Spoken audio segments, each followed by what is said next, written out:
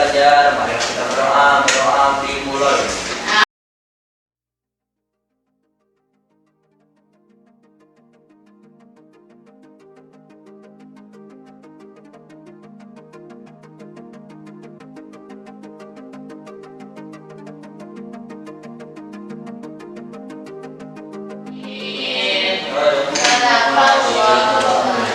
Oke. Nah ini ada yang tidak hadir.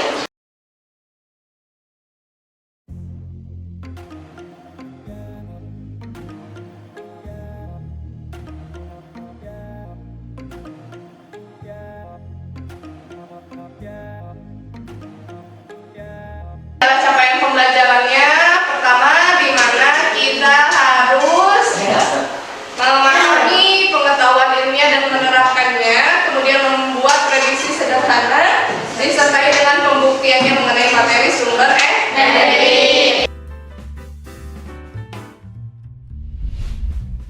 Masak, jalan-jalan, atau nonton YouTube di HP. Buat listrik kendaraan sampai proses manufaktur kita, itu masih tergantung banget sama yang namanya energi fosil. Tapi mungkin kita semua juga udah tahu kalau energi fosil itu nggak baik buat lingkungan kita. Tapi pertanyaannya, kira-kira apa jadinya kalau semua energi fosil ini kita musnahin aja? Apakah kita bisa berhentiin tiba-tiba gitu aja? Sayangnya, tentu aja enggak. Karena banyak aspek-aspek di kehidupan kita yang akan langsung terganggu. Korban pertama adalah listrik. Ya, dari TV, komputer, bahkan sampai sinyal HP kita bakal mati. Karena lebih dari 80% listrik di dunia itu ternyata dihasilin dari bahan bakar fosil. Jadi, Berikan video mengenai energi yang kita gunakan saat ini adalah masih menggunakan dari hasil fosil alam. Mau itu minyak, mau itu gas, mau itu batu bara. Nah itu semakin kesini kan semakin banyak yang menggunakan karena populasi manusianya pun semakin banyak, kebutuhannya pun semakin bertambah. Oke, makanya perlu adanya energi terbarukan untuk mengganti yang tadinya dari hasil fosil. Apa jadinya jika bahan bakar fosil dimusnahkan atau tidak digunakan kembali? Tidak adanya bahan bakar. Kemudian apa lagi? Listrik tidak ada. Nah ini bahan bakar fosil. Polusi. Kemudian apa lagi? Pemanasan global. Nah itu adalah salah satu dampak negatif. Semakin meningkatnya pertumbuhan penduduk, maka semakin banyak kebutuhan energi yang harus dipenuhi. Oke. Nah, bagaimana agar seluruh kebutuhan energi masyarakat dapat terpenuhi? Bagaimana juga? Menggunakan energi terbarukan. Nah, bagaimana daerah terpencil yang belum teraliri listrik? Bagaimana cara agar kebutuhan energi listrik di daerah tersebut dapat terpenuhi? Energi terbarukan. Banyak energi terbarukan itu ada PL, PA, ada PL, PT, ada PL, TBS, ada PL, sudah tahu jawabannya. Nah ini dari mana energi yang diperlukan bisa didapatkan? Tadi jawabannya PLTA, PLTB, PLPM, PLPS. Salah satunya ya. Dan kita hari ini pertama menemukan masalah ketersediaan energi yang ada di lingkungan sekitar tempat tinggal dengan mengamati secara teliti. Kedua, menemukan potensi sumber energi yang ada di lingkungan sekitar tempat tinggal dengan mengamati secara teliti juga. Kemudian yang ketiga, merencanakan rancangan pembuatan alat atau prototipe sederhananya penghasil energi sederhana sebagai solusi masalah ketersediaan energi dengan teliti. Ini tujuan pembelajaran kita. Kan Ibu sudah kirim ke grup WhatsApp, maka kalian kerjakan.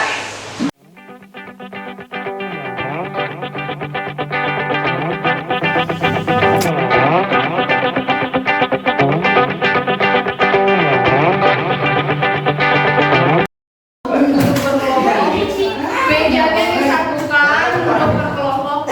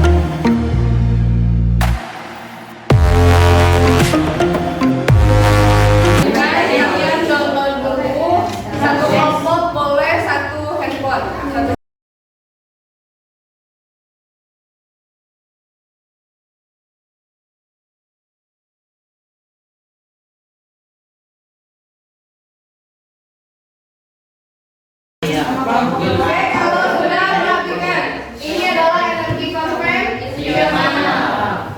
Penggunaan sumber daya energi yang tidak dapat pulih biasanya merupakan eksploitasi sumber daya energi.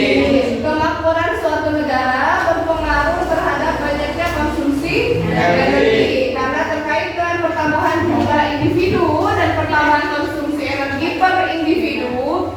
Diperkirakan tahun 2100 dunia mengalami berbagai krisis termasuk krisis energi.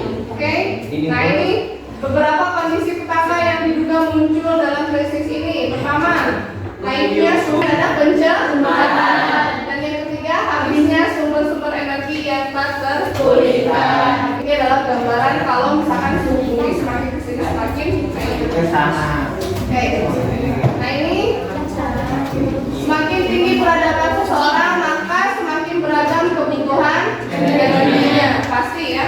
Karena semakin kesini penggunaan energi pun semakin banyak.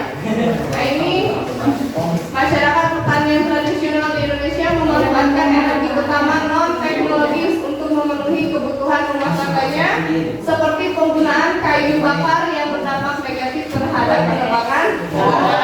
Benar apa enggak? Benar. Yang meningkat membuat terjadinya eksploitasi sumber-sumber energi konvensional, di mana energi konvensional ini mudah disimpan dan tersedia setiap saat, tetapi tidak terpulihkan, misalnya seperti batu bara dan minyak. Bisa lihat, nah ini adalah tambang minyak bumi di lepas pantai. Krisis energi di dunia lebih diakibatkan oleh perkembangan teknologi atau peradaban manusia sendiri, seperti di negara-negara maju kayak Jepang, kemudian Cina, kemudian Amerika, Eropa, Rusia ya. Demikian negara-negara berkembang juga ikut andil di dalam krisis energi karena meningkatkan pemakaian energi konvensional yang umumnya disebabkan oleh populasi penduduknya yang terus meningkat. Makanya gambarnya di sini nih, lihat, buminya kan udah berubah kan, tetapi yang berubahnya adalah manusianya, populasinya semakin banyak, buminya udah sumpah, udah kelelahan. Gambarnya animasinya seperti ini. Oke, ini adalah sumber energi, kalian lihat videonya. Di sekeliling kita banyak sekali energi. TV, lampu, kipas angin membutuhkan listrik untuk menyala. Ibu juga membutuhkan gas untuk memasak. Mobil dan motor juga membutuhkan bensin untuk dapat bergerak. Sepeda juga membutuhkan energi untuk bisa bergerak. Dari mana? Ya dari tenaga kayuhan kamu. Ketika kamu makan, kamu juga mendapatkan energi yang bisa kamu gunakan untuk bermain maupun belajar. Seperti yang kamu lihat, energi sangat penting untuk kehidupan kita. Tapi tahukah kamu bahwa hampir semua sumber energi yang kita gunakan sekarang didapat dari bahan bakar fosil seperti batu bara, minyak bumi, dan gas alam. Jutaan tahun yang lalu, bahkan sebelum dinosaurus ada, di bumi terdapat makhluk hidup. Mereka menyerap sinar matahari dan menghasilkan energi lewat fotosintesis. Ketika mati, lalu mereka tertimbun ke dasar laut dan energi tersebut masih tersimpan di dalam jasad mereka. Jutaan tahun kemudian, energi dari sinilah yang kita pakai saat ini dalam bentuk batu bara, minyak bumi, dan gas alam. Pemakaian bahan bakar fosil ini punya dampak buruk bagi bumi kita karena akan menghasilkan polusi yang dapat mencemari udara, air. Ini kalian pertama kan ada kertas HPS ya di kelompok kalian. Ini ada beberapa pertanyaan. Tadi dalam video tadi kan sudah jelas ya dijelaskan. Nah ini ada pertanyaan, kelompokkan sumber energi dalam beberapa kategori, yaitu mana yang termasuk energi terbarukan dan mana yang termasuk energi tak terbarukan. Kemudian jelaskan kelebihan dan kekurangan dari energi terbarukan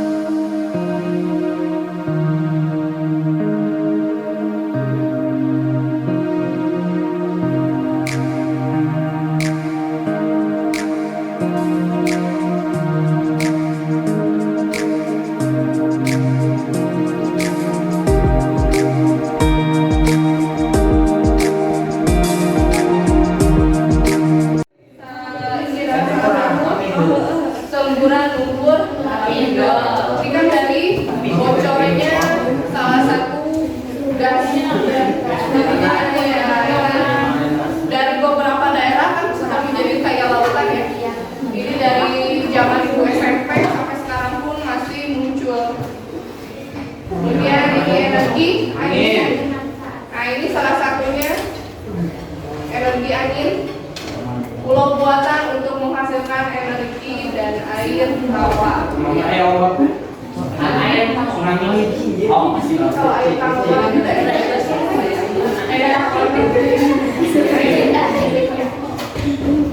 Nah ini adalah biogas. Tadi sudah dijelaskan biogas itu dari bisa dari kotoran hewan, kemudian limbah pertanian dan sebagainya. Kemudian nah ini hasil yang diperoleh berupa campuran gas metana, CO2, N2 dan H2 NL. Oke. Kemudian nah ini upaya mengatasi permasalahan energi. Lihat, masyarakat berperadaban tinggi merupakan konsumen energi yang tertinggi dan efisiensinya rendah dibanding masyarakat tradisional. Untuk memenuhi kebutuhan tersebut terjadi eksplorasi dan eksploitasi besar-besaran terhadap sumber energi konvensional seperti minyak bumi, gas dan batu bara. Karena kan rumah orang-orang yang modern itu rumah-rumahnya lebih besar, kemudian kebutuhan energinya pun pasti lebih besar dibandingkan yang rumah-rumah yang biasa atau yang kecil-kecil. Nah ini untuk mengatasi realita tersebut diperlukan satu penghematan penggunaan energi yang dapat diekspresikan melalui efisiensi penggunaannya. Misal dapat hemat energi dan ramah lingkungan. Atau contoh yang lainnya, biasanya benar nggak sih kalau misalkan kalian di rumah nih lagi bad mood atau misalkan mager, biasanya kan handphone kaliannya lihat handphone tapi TV tetap dinyalakan. Harusnya kita sudah sadar bahwa kita harus menghemat energi. Atau contohnya udah siang tapi lampunya masih menyala, harusnya sudah dimatikan. Kan kayak gitu. Itu adalah salah satu penggunaan untuk kita bisa berhemat energi. Kemudian ada pencarian sumber energi baru yang dapat dipulihkan. Salah satunya tadi ya. Nah ini secara nyata kita pun seharusnya dapat berpartisipasi dalam program hemat energi. Mulailah dari hal-hal yang kecil, mulailah dari diri sendiri, mulailah sekarang juga. Thank you.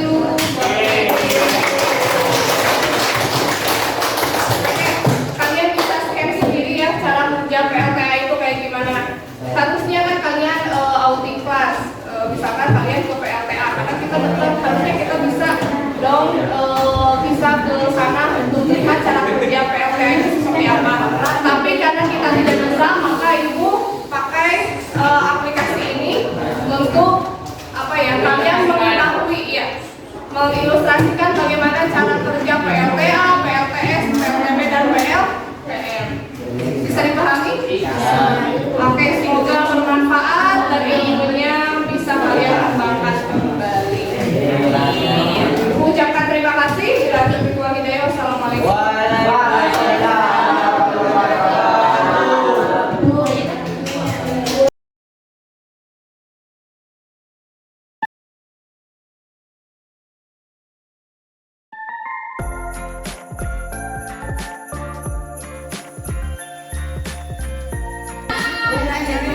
Pembelajaran hari ini sangat menyenangkan,